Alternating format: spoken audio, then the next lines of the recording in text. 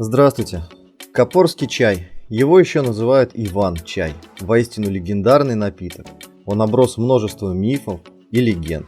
Вариантов рецептур бесчисленное множество. В этом выпуске я расскажу об одном из них, на мой взгляд и вкус, одним из самых удачных. Для понимания, речь пойдет о средней полосе России. Итак, июль. Заготавливают кипрей с начала июля в момент созревания соцветий и до появления на нем пуха. Как принято считать, самым удачным временем является середина июля, когда кипрей входит в самый цвет. По моему наблюдению, самые подходящие представители этого растения произрастают не на открытых полях, а на опушках леса, а лучше в его тени. Так он не тратит все силы на выживание под палящим солнцем. Сбор следует производить до полудня, после схода росы. Брать надо крупные, плотные листы, без намека на какой-либо дефект. Как видно, я срезаю кипрей не полностью, а только ту часть, на которой есть пригодные листья.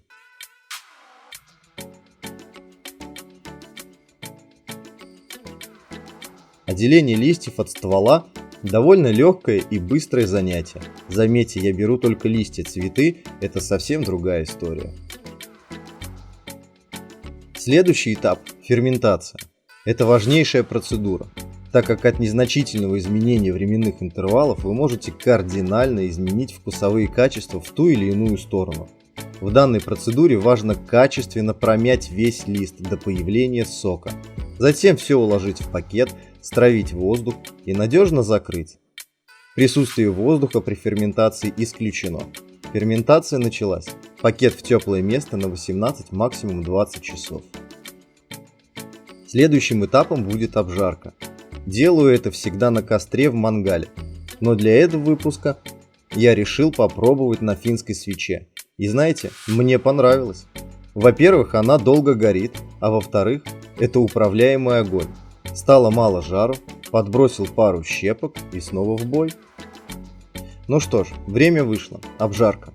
Смысл обжарки заключается в том, чтобы резко остановить процесс ферментации и чтобы из травы получился черный чай. Здесь главное не перестараться. Чай должен получиться черным, матовым. Если же будет черный и блестеть, значит вы переусердствовали, чай сгорел. Дабы уберечь вас от ошибок, так как с первого раза может и не получиться, я сделал так. Когда казалось, что чай уже готов, я снимал кастрюлю с огня, брал щепотку чая и заваривал.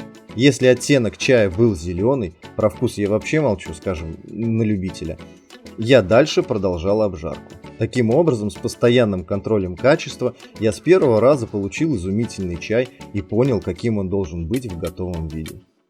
Снимаю и домешиваю пару минут, пока немного не остынет. Просеивать обязательно, чтобы убрать ненужную пыль и примерно откалибровать чай. Вот так выглядит готовый копорский чай. По вкусу копорский чай не похож ни на один покупной. Он очень вкусный. Думаю, нет смысла описывать его вкусовые качества. Лучше попробуйте сами. Спасибо за внимание и до новых встреч на канале Хоббийность.